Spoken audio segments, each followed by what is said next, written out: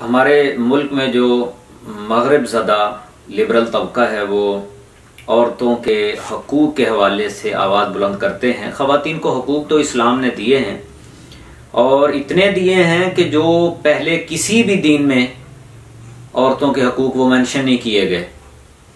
और फिर औरत की दियत के हवाले से ख़ास तौर पे बड़ी बात करते हैं कि देखें, मर्द की दियत अगर 100 ऊँट है तो औरत की 50 ऊँट क्यों है।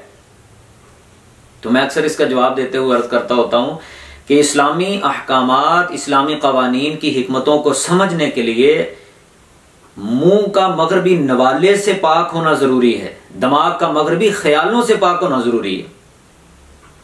बड़ी साफ और सिंपल सी बात है कि जब मर्द की दियत 100 ऊँट है और औरत की दियत 50 ऊँट है तो इसमें फायदा किसका है, मर्द का है या औरत का है। वो आप जरा इसके हिकमत देखिए कि अगर किसी औरत का खामद फौत हो जाए तो चूंकि बंदा मरा है उसकी दियत है 100 ऊँट, औरत को कितने मिली दियत, 100 ऊँट मिली औरत को।